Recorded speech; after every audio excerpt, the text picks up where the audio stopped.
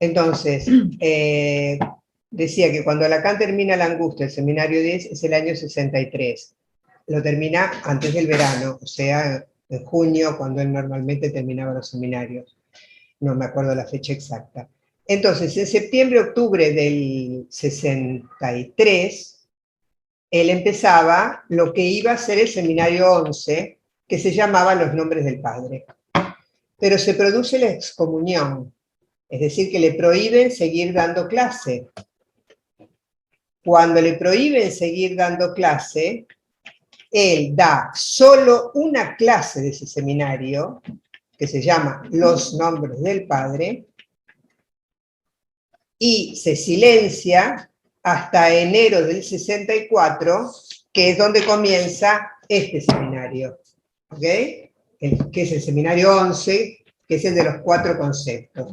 Entonces, por ejemplo, en la edición donde se encuentra Los Nombres del Padre, o cómo lo encontramos, en la edición francesa de la angustia, hay un apéndice al final donde está agregado Los Nombres del Padre, en francés. En cambio, si lo buscan en castellano, por ejemplo, por internet, ponen Lacan Los Nombres del Padre, aparece como seminario 10 bis. O sea que uno podría buscar el seminario 10 bis. Queda esa clase sola entre la angustia y los 4 conceptos. Fue una errata nuestra no haberlo dado en septiembre. Cuando programamos, nos liamos y no lo hicimos. Entonces, que lo pensábamos hacer, no sé qué nos pasó. Entonces decidimos hacerlo ahora al final. Pero en realidad lo que vamos a hacer ahora en julio va a ser sin sesión clínica. Esa clase a lo mejor es un poco más corta, pero nos vamos a dividir esa clase, que es una clase de unas 16 páginas más o menos, entre las dos y vamos a dar una parte cada una. ¿Ok? O sea que para el 11 de julio los invitamos a todos a leer Los Nombres del Padre. Donde Lacan dice además que esta va a ser su última clase. Empieza diciendo eso, que va a ser su última clase. Me imagino el shock que habrá sido en París. Él hacía 10 años que estaba dando el seminario, ¿no? Que empiece diciendo que esta era su última clase. Bueno, entonces ahora me toca presentar a Graciela Baravalle, que no necesita presentación, me parece. Es psicoanalista de Umbral y coordina este seminario. Lo hacemos juntas y hace 18 años. Y antes tenemos largo recorrido también de travesía por el psicoanálisis. Es miembro de la FEP, fue su presidenta durante un par de años y hoy nos va a hablar de la transferencia. Empezamos esta nueva segunda parte, hay que decir segunda parte según Miller, y capítulo 10 según Miller también, ¿no? ¿Empiezo? Sí. Bueno, entonces vamos a la clase que sería del 15 de abril de 1964, de los 4 conceptos. Aquí comienza Lacan el tema de la transferencia, y dice que lo hace a partir de la apariencia y la máscara que ha venido trabajando con la pulsión escópica. Esta es una clase un poco más ardua que las anteriores que trabajamos sobre pintores y cosas ¿no? muy estimulantes. Ahora hay que pensar un poquito más. Nos presenta Lacan lo que se piensa en general en el psicoanálisis de la transferencia. En la opinión común es considerada como un afecto y puede ser positiva o negativa. Dicen, ¿no? Acá dice lo que dicen. Freud no opina que la transferencia es un falso amor. Por el contrario, sostiene que se trata de un amor auténtico. Eine echte Liebe. La transferencia negativa, dice Lacan, no tiene que ver con el odio, sino con la ambivalencia. Y siguiendo con la temática anterior de la mirada, no sé si recordarán, Lacan dice que se tiene al analista, en francés se dice on l'a à l'œil, vigilado, en la transferencia negativa. A ver qué hacen. A veces se dice de alguien, sigue Lacan, que está en plena transferencia, como para dejar lo que sucede en suspenso. Pero esto no vale, dice Lacan, no sirve. Nuestro objetivo es determinar, dice Lacan, el concepto de la transferencia. Este concepto está determinado por la función subjetiva, por la función que tiene en una praxis.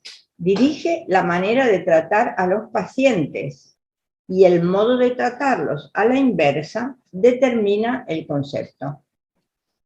Aquí hago un paréntesis para recomendarles el libro de Gerard Pommier, La transferencia de estructuras clínicas, o en su defecto, El amor al revés, que es una parte de ese libro. Lacan dice que la psicoanalista Ida Malkapain ha considerado que la transferencia es un producto, un artefacto de la práctica analítica.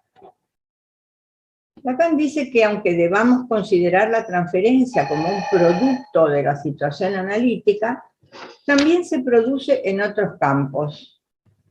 Simplemente el análisis, al descubrir los efectos de la transferencia, le da un modelo experimental y cuando emerge en el análisis, nos encontramos con sus fundamentos estructurales. Los del amor, ¿eh? Lacan quiere lograr una coherencia al tratar de los conceptos fundamentales. Por ejemplo, el concepto de inconsciente no puede separarse de la presencia del analista, que es una manifestación del inconsciente. Lacan dice que el inconsciente es un movimiento del sujeto que solo se abre para cerrarse en una pulsación temporal. Y esta pulsación es más radical que la inserción en el significante, que sin duda la motiva, pero no es primaria. Este punto, que uno podría reflexionar sobre él, aquí les recomiendo un libro de Solal Rabinovich que se llama Encerrados fuera, que yo lo hice publicar en Ediciones del Cerval, y ella trata todo el problema del autosum y la bellajum, que son digamos lo que Lacan llama aquí lo primario antes del significante. En lo inconsciente vemos, dice Lacan, sigo diciendo, dice Lacan, los efectos del habla, paol, la palabra hablada, sobre un sujeto, efectos tan radicalmente primarios que determinan el estatuto del sujeto como tal. Así, dice, restituye lo inconsciente freudiano a su lugar. Y dice, todos los otros inconscientes no tienen nada que ver con el inconsciente freudiano, ni tampoco con la experiencia psicoanalítica. Ya en su presentación de Roma, había reivindicado el sentido del descubrimiento freudiano como suma de los efectos del habla sobre un sujeto. Aquí se refiere entonces a Descartes, a Planck, a Einstein, como quienes fueron capaces de marcar una huella en lo real respecto del conocimiento. Paradójicamente, dice, la diferencia que asegura la subsistencia del campo freudiano, a diferencia de estos tres que hicieron un cambio de paradigma, se dice, la diferencia del campo freudiano es que por naturaleza se pierde. La dijo, se abre y se cierra. Y así, la presencia del psicoanalista ahora es irreductible como testigo de esa pérdida. Y aquí Lacan introduce una idea original en el sentido de cómo la plantea y contra el sentido común. Uno piensa que viene en todo ganancia con un análisis, ¿no? Él dice, no, se trata de una pérdida seca, que no se salda con ninguna ganancia. Pérdida en una zona de sombra en la línea del inconsciente, la transferencia y la repetición. Esta zona de sombra, dice, justamente porque da un poco de miedo, provoca el oscurantismo del American Way of Life, de la revalorización de las funciones del yo como antídoto, digamos, de esta zona oscura. El psicoanalista debe ser incluido, en cambio, en el concepto de inconsciente, y esto justifica el mantenimiento en el interior del análisis de una posición conflictiva, inherente a la existencia misma del análisis. Perdón, que tomo un poco de agua. El psicoanálisis, entonces, reposa sobre un conflicto fundamental, sobre un drama inicial y radical, pero esto no lo agota, pues incluye en este conflicto la intervención de una incidencia transferencial. Esto es muy importante para ver cómo después critica o comenta el artículo de Thomas Szasz. Discute también la opinión de la IPA de que su seminario sea peligroso porque interviene en la transferencia, porque claro, casi todos sus discípulos eran sus analizantes. Además iba mucha otra gente, pero el grupo que lo seguía iba en el seminario y eran sus pacientes. Opina que por el contrario, la causa de lo inconsciente debe tomarse en su ambigüedad, que es una causa a sostener y que la función de la causa debe ser concebida como una causa perdida, como dijo antes. Aquí, Roberto Harari, en un libro que les recomendé también, que es su seminario sobre los 4 conceptos, recuerda el ejemplo que da Freud cuando narra en una de sus cartas que una madre le pidió consejo de cómo educar a su hijo. Y Freud le dijo, no se preocupe porque siempre lo hará mal. Porque hay que, claro, porque el deseo de cada uno, el deseo que tenga la madre. Entonces, no dice le hará mal al hijo, siempre hará mal el intento de educarlo correctamente. Aquí tiene importancia el concepto mal conocido, dice Lacan, de la repetición. Me encanta ahora cómo lo dice, fíjense. Ese resorte del encuentro siempre evitado, de la oportunidad perdida. La función del fracaso está en el centro de la repetición analítica.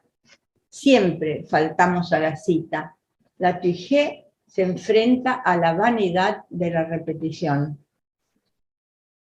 Aquí tropezamos con el dilema, dice él. O bien asumimos que esta implicación en la teoría, hay una discordia en la exposición de la experiencia, usa la palabra erístico, que es algo difícil para decir el abuso del procedimiento dialéctico. O si no, entonces uno hace como han querido hacer otros asustados por la zona de sombra, de pulir el concepto haciendo un análisis trascendental de la causa. Pero no se trata de que, quitando la causa, desaparecen los efectos. Él dice, todos los efectos deben someterse al orden de los hechos, lo que exige entrar en su danza. Esta sería, digamos, la parte en que es importante que el paciente narre su historia, sus hechos, sus cosas, ¿no?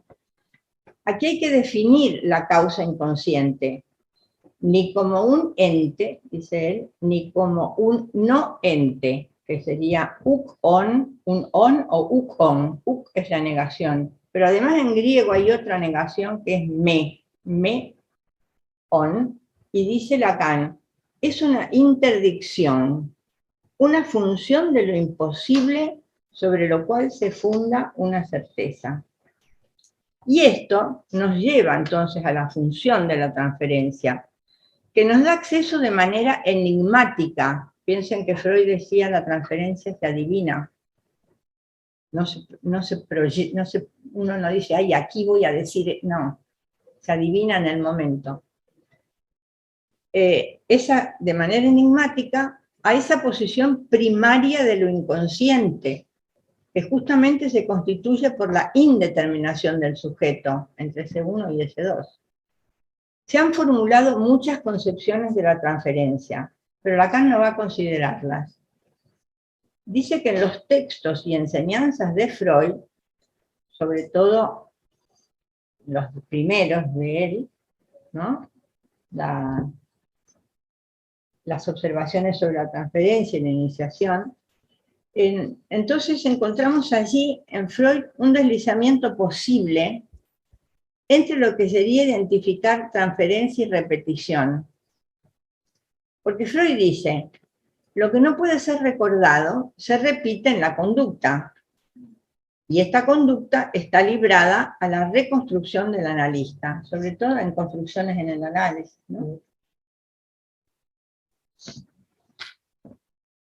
Se puede pensar entonces que la opacidad del traumatismo original sea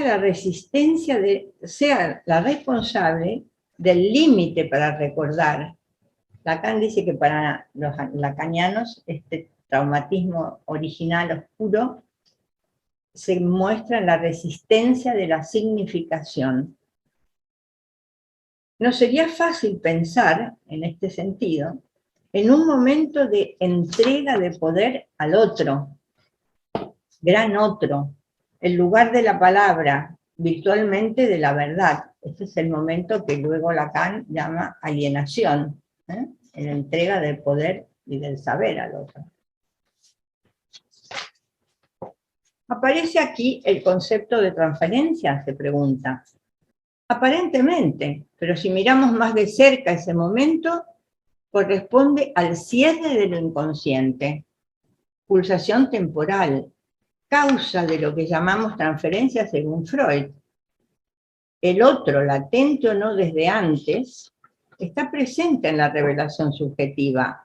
La interpretación del analista solo oculta el hecho de que lo inconsciente, el juego del significante, formación en el inconsciente, procede por la interpretación. El fantasma mismo es una interpretación del trauma en el sujeto. Lo que Freud nos indica desde el inicio es que la transferencia es esencialmente resistente. La transferencia es el medio por donde se interrumpe la comunicación del inconsciente. Por ejemplo, Freud da un ejemplo. Cuando el paciente hace mucho silencio, él espera y le pregunta, a veces le pone la mano en la frente. ¿Qué está pensando? Y casi siempre está pensando en algo de esa planta, el despacho, lo que usted dijo, algo del analista. Entonces, esta es la paradoja. El analista debe esperar que se instale la transferencia para dar la interpretación, pero al mismo tiempo el hecho de que se instale es el cierre de lo inconsciente. Esta es la línea divisoria entre la buena y la mala manera de considerar la transferencia. Por ejemplo, dice Lacan, relacionar al sujeto con las instancias del yo o del superyo y también otras divergencias irreductibles que contaminan la práctica analítica, la teoría de la alianza con la parte sana del yo.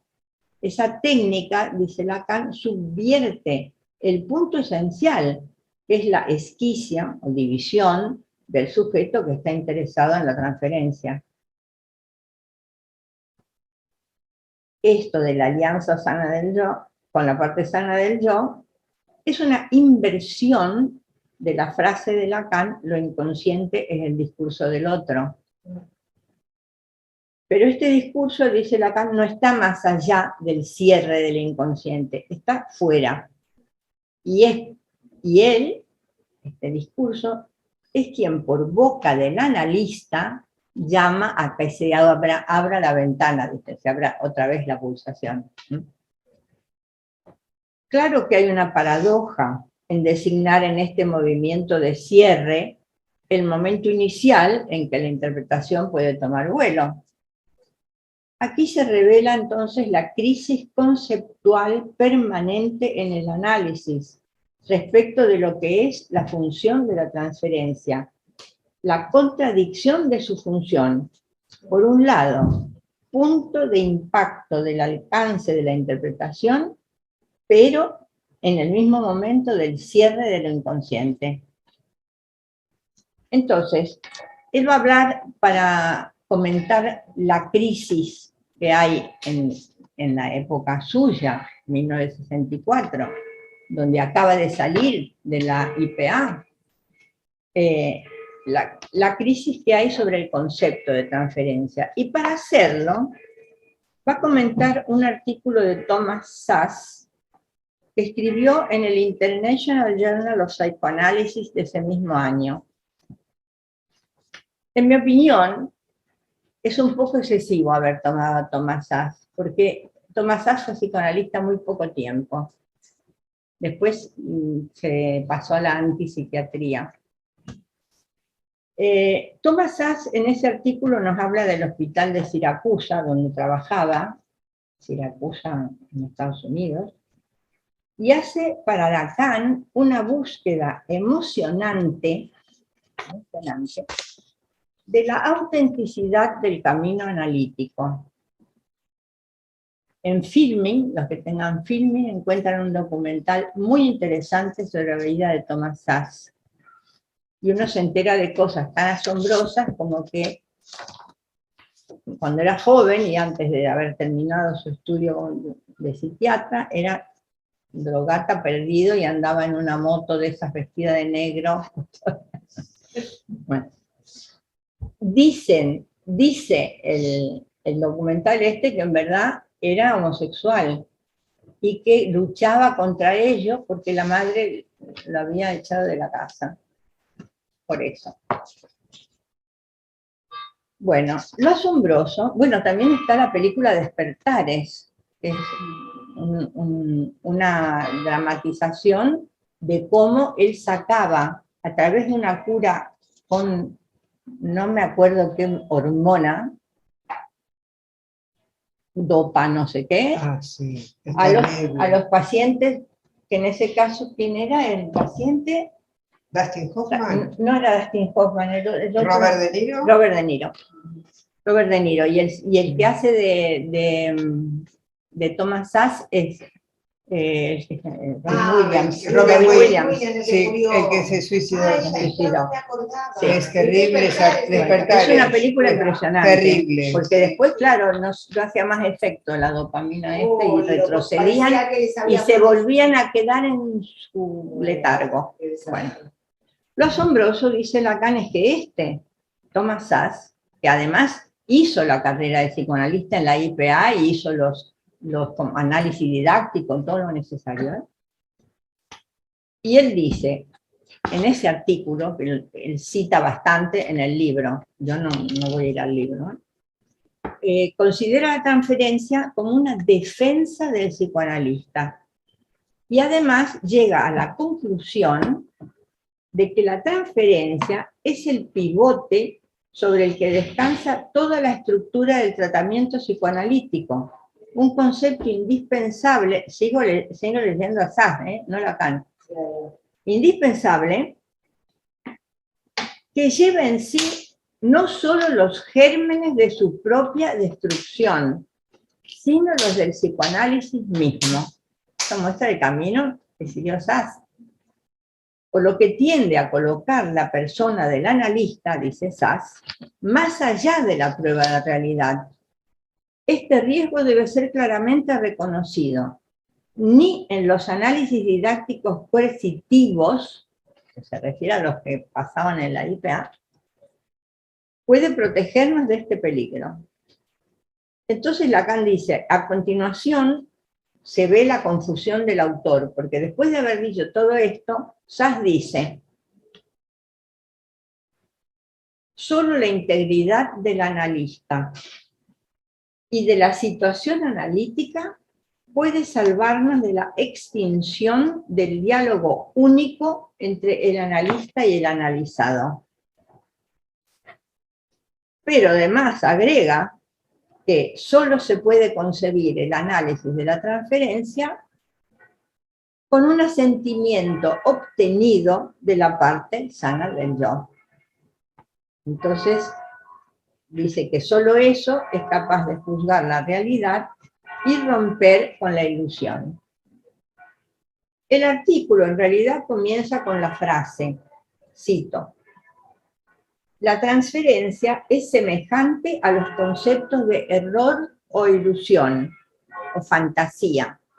Como el analista, una vez instalada la transferencia, es juez sin apelación ni recurso, la transferencia se convierte en un campo de puro riesgo sin control. Termino la cita de Sass. Y recuerdo los problemas que se planteaba Ferenczi sobre la dirección de la cura.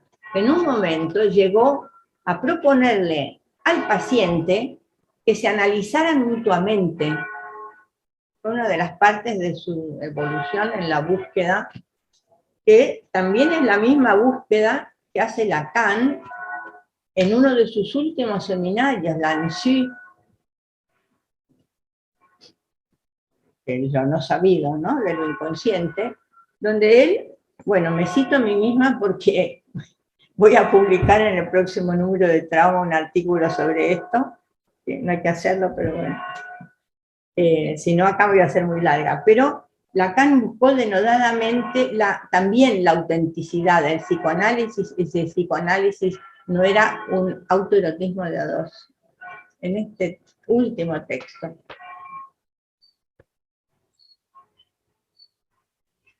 Entonces dice Lacan, he tomado este artículo como un caso límite, efectivamente, porque en realidad el señor Sass se pasó a la antipsiquiatría, fue contemporáneo de Foucault y siguió toda su posición sobre la construcción de la enfermedad mental. Escribió un libro que se llama así, también un libro sobre la Inquisición y la institución, el mito de la psicoterapia, psiquiatría y esquizofrenia. Escribió muchísimo, pero ya como psiquiatra, antipsiquiatra. O sea, al final lo echaron de ese hospital, pero él también tenía una consulta privada y muchísimos pacientes que lo querían muchísimo y discípulos también. Bueno. Entonces dice Lacan, que ha tomado esto como una cosa un poco límite. Y dice que a él lo han tachado de intelectualización de la dinámica inconsciente por dar prioridad al significante. Es la palabra. Sin embargo, dice, la intelectualización está en la posición de Sass y los que hablan de la parte sana del yo. Los analistas lacanianos, dice Lacan, hacemos surgir el campo del engaño posible. Descartes, para su desarrollo, digamos, científico, necesitaba, como él decía, un otro que no engañe. Entonces eligió un Dios que no engañaba para la verdad, y para el saber el científico podía hacer lo que quería si la verdad estaba con Dios, y así dio su gran paso. Pero en el análisis, dice Lacan, el peligro es que este otro sea el engañado. Y no es la única dimensión en que hay que captar ese engaño en la transferencia. Confiesen, dice, que si hay un discurso en un campo donde el engaño tiene la posibilidad de triunfar, es en el amor. La transferencia nos da la ocasión de imaginar una estructura fundamental de la dimensión del amor. Al persuadir al otro, el otro sería el analista, de que él tiene lo que puede completarnos, nos aseguramos de seguir desconociendo justamente lo que nos falta.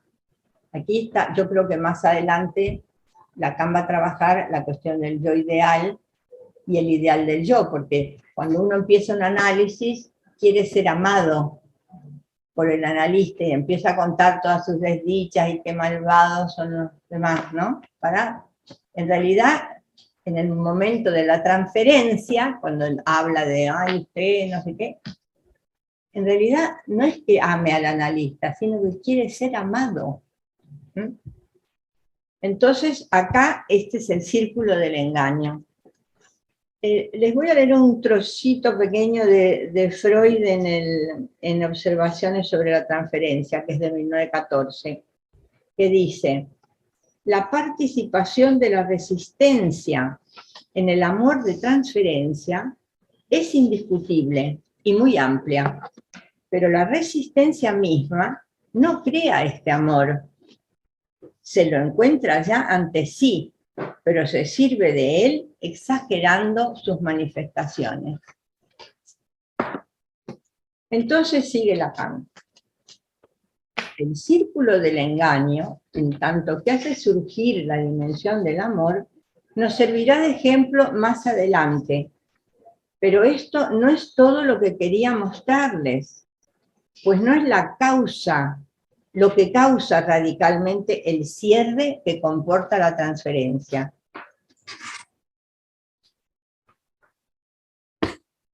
Lo que causa ese cierre, que será otra cara de nuestro examen de los conceptos de la transferencia, tiene que ver con ese punto de interrogación. Aquí les pregunto a ustedes, porque en mi libro no veo en ninguna parte izquierda de nada. Dice, ese punto de interrogación inscrito en la parte izquierda. De la pizarra. Sí. Ah, puede ser. Claro. Dice, en la parte izquierda de la pizarra. Vale, aquí como justamente en el francés, no claro. Dice de la pizarra, y yo no sabía a qué se refería. Bueno, entonces, ese que porque la parte... es que no aparece ningún grafo en este. Claro, pero... entonces uno se queda como colgado claro, preguntándose claro. qué parte izquierda de la pizarra. ¿De qué es? Bueno, pero ¿qué es la parte de sombra de esa causa, de esa pérdida seca? La parte de sombra reservada a lo que he designado como objeto A. En su texto, tengo un poquito, ¿no? Sí, sí. En su texto Posición de lo Inconsciente, en 1964, igual que este seminario, en la misma fecha, retoma lo que había dicho en 1960 en Bonneval, en un congreso que había organizado el psiquiatra Henry A. sobre lo inconsciente. Los psicoanalistas, dice Lacan, forman parte de lo inconsciente, porque a ellos se dirige. No podemos no incluir entonces en nuestro discurso lo inconsciente en la tesis misma que él enuncia, es decir, que la presencia del inconsciente, por situarse en el lugar del otro, debe buscarse en la enunciación de todo discurso. Y otro trocito, el efecto del lenguaje es la causa introducida en el sujeto, por este efecto él no es causa de sí mismo. Lleva en sí mismo esa causa que lo divide, porque su causa es el significante, sin el cual no habría ningún sujeto en lo real.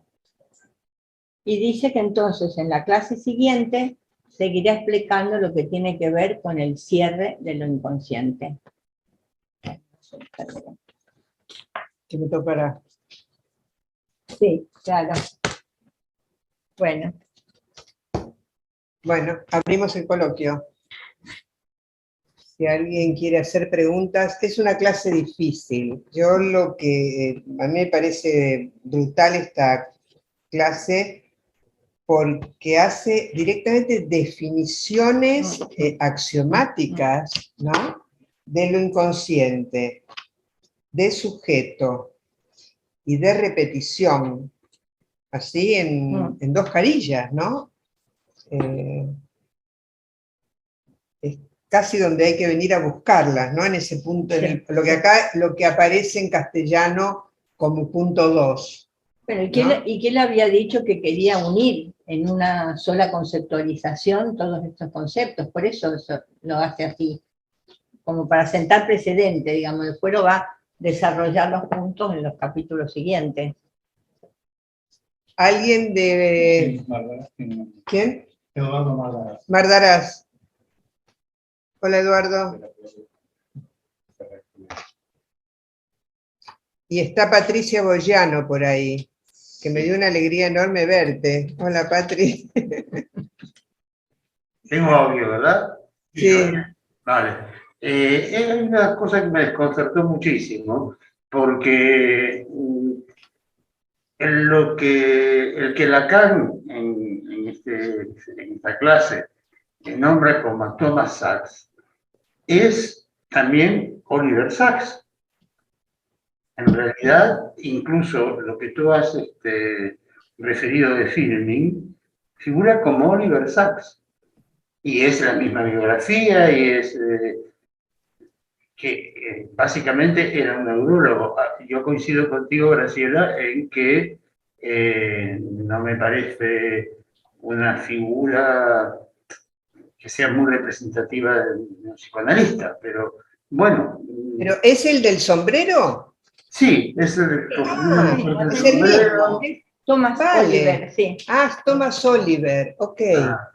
Bueno, lo cual, bueno, se me aclara. Sí, es el que confundió con el sombrero, Sí. la isla del país de los ciegos, y prácticamente todo lo que ha tenido más éxito, digamos, editorial de él, es del orden de estos casos clínicos y estas cosas que nada. Bueno, me queda un poco más claro, pero no me desconcertó mucho, porque yo todo el tiempo pensé en un Thomas Sachs que yo no localizaba. Y al hacer tú, gracias a las referencias estas, me di cuenta que es conocido por lo menos literalmente como Oliver Sacks. A menos que sea otra persona. Pero todo lo de la moto. Como directamente en el hospital de Siracusa, donde trabajaba. Sí, Sachs, sí. pensé que era la misma persona. Bueno, de todos modos, el Thomas Sachs del que yo hablo trabajaba en el hospital de Siracusa y escribió todos esos libros y este artículo. Y luego la referencia... Me extrañaría mucho que fueran dos personas, porque en el mismo hospital trabajaban. Sí, sí, y la referencia que tú hiciste a lo de Filming, donde también figura como universal, bueno, está todo, está la moto, la cazadora, la homosexualidad, sí, coincide. Ahora, yo creo que de todos modos lo importante no es tanto si era quien que hacía Thomas Sachs, sino que había otros como Malkapain o como otros analistas que sí tenían una opinión de la transferencia. Por supuesto, sí. Sí. Es muy curioso que haya tomado a María Rosa. Dice, Alejandra Quintas dice que es otro Thomas Sachs. No, es que es Oliver Wolf Sacks, el de la película. Oliver Sacks, S-A. S-A. S-A-C-K-S. Vale, no es, entonces no es, el de la película no es el psicoanalista. Yo creo. No, yo creo que el de la película es el psicoanalista. No, está diciendo que no, que es otro. ¿No? Yo creo que no. No, puede ser otro Oliver Sacks, pero no el de la película, me parece que... Es el de la película. Ah. Ese es de la película. Se escribe de otra manera. Sí, Wolf, sí, Sacks, sí. Y es muy impactante, es muy interesante, pero no, el background psicoanalítico no... Claro, se nota que trabajaban en el hospital de Siracusa igualmente, los dos. Hay una mano de María Rosa. Marisa. ¿Le doy yo? Hola, sí, quería decir que me parece que no son los mismos, porque uno es Sachs y el otro es Sass. Sí. Y la otra cuestión que quería plantearles es que me parece que conociendo la obra de Lacan y a Lacan como enseñante, él podría haber tomado a este Sass como ejemplo de psicoanalista de Estados Unidos, de la IPA, y no como ejemplo del psicoanalista que nosotros, digamos, de alguna manera, de los cuales tenemos una imagen o somos nosotros mismos, como que manejamos la transferencia freudiana lacaniana, digamos, para decirlo de alguna manera rápido. Pero me parece que es un ejemplo importantísimo para inferir cómo piensa Sass la transferencia. Es decir, como siempre, él hace un estudio sobre el sujeto del otro, como lo hizo sobre James Joyce, como lo hace, y en este caso también, es decir, no es que haya elegido el mejor psicoanalista de Estados Unidos, justamente no, a la manera francesa, sino que elige el mejor psicoanalista que responde a los cánones estadounidenses del psicoanálisis. Me parece que por ahí es coherente, ¿no? Nada más, quería decir esto. Bueno, a mí me parece que en realidad Thomas Szasz no responde a los cánones, porque se fue de la IPA y criticó los análisis didácticos, como otros que también denunciaron esos análisis didácticos y se iban a analizar en otro lado, hacían lo didáctico para entrar en la IPA y después confesaban que se habían analizado con otros analistas.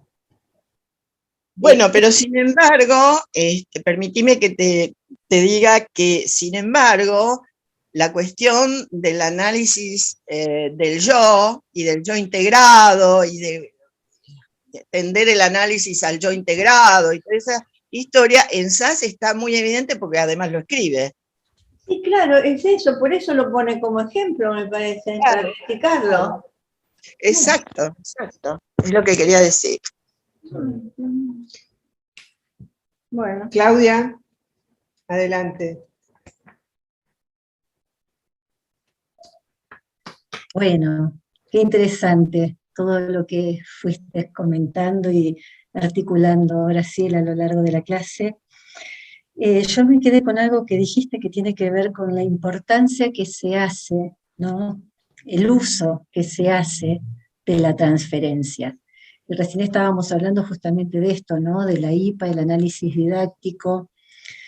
Y pensaba en esto, ¿no? Que la transferencia es un poder, ¿no? Puede tomarse como un poder que tiene el analista. Bueno, creo que justamente acá es donde viene esto que estamos diciendo, ¿no? Que cuidado con el uso que se hace de la transferencia, porque ahí pueden abrirse los caminos, lo que tenga que ver, por ejemplo, con un psicoanálisis o lo que tenga que ver con la sugestión, por ejemplo. Pensaba por ese lado. Se me ocurría. De hecho, Lacan habla de los principios de su poder, pero refiriéndose a una cura, no a la transferencia. Sí. A mí me interesa esto que estás diciendo, Claudia, porque yo lo pensaba un poco por el mismo lado, que creo que es lo que nos interesa, porque finalmente el lacanismo no estuvo exento de ese uso del poder. Esa invención del concepto trabajo de transferencia o seguir en transferencia de trabajo. Una cosa es el trabajo en transferencia en el análisis y luego montones de instituciones psicoanalíticas lacanianas creo que manipulan el concepto cuando inventan lo que llaman la transferencia de trabajo para marcar un poder entre los amos o jefecillos de las escuelas en relación a sus discípulos o súbditos según el manejo del poder que cada escuela haga, ¿no? Que en este sentido, bueno, hay una repetición. Me parece que lo que aquí es importante es que Lacan señala que el analista es una función del inconsciente, una formación del inconsciente. Y creo que esto se va a aclarar más adelante cuando él habla del deseo del analista. Por supuesto que todo lo que dice Laura es así, pero no es lo que él estaba ni pero es lo que lo cuestiona en este último seminario que lo digo, de los últimos que le escribe, porque siempre es su gran preocupación el uso de la transferencia, que efectivamente lo que dice Thomas Sachs es un poder que se le otorga al analista, pero lo que, si uno, como dice Lacan, tiene la posición del discurso del otro, sabe que ese momento de engaño del amor, ¿no?, es la alienación. Y no, entonces, ¿no?, va a participar de una manera diferente que diciéndole, por ejemplo, no, usted quiere que yo sea su padre, pero no soy su padre, ¿no? Como si el alzante fuese un idiota. Y entonces ahí se confunde la repetición. Entonces, simplemente, por eso además todas las intervenciones que inventa Lacan del analista, como la escansión, el silencio, la sesión un poco más variada, digamos. No sé, ¿no? Creo que todas esas cosas tenían que ver con no pactar con una parte sana del yo que no existe. Claro, eso es lo que dice él, la esquicia del sujeto, no del yo. Hay dos palabras pedidas y cerramos, ¿vale? Ok, cierra Graciela si quiere. Sí, Claudia, que tienes el micrófono abierto, y luego Gise. Hola, Gisela. Bueno, creo que estaba Gisela antes, pero yo para decir una cosa chiquitita nada más respecto a esto que me parece muy gracioso. No, creo que justamente la importancia del uso de la transferencia es la posición ética del analista, sea en la intención o sea en la extensión. Tiene que ver con la posición ética del analista.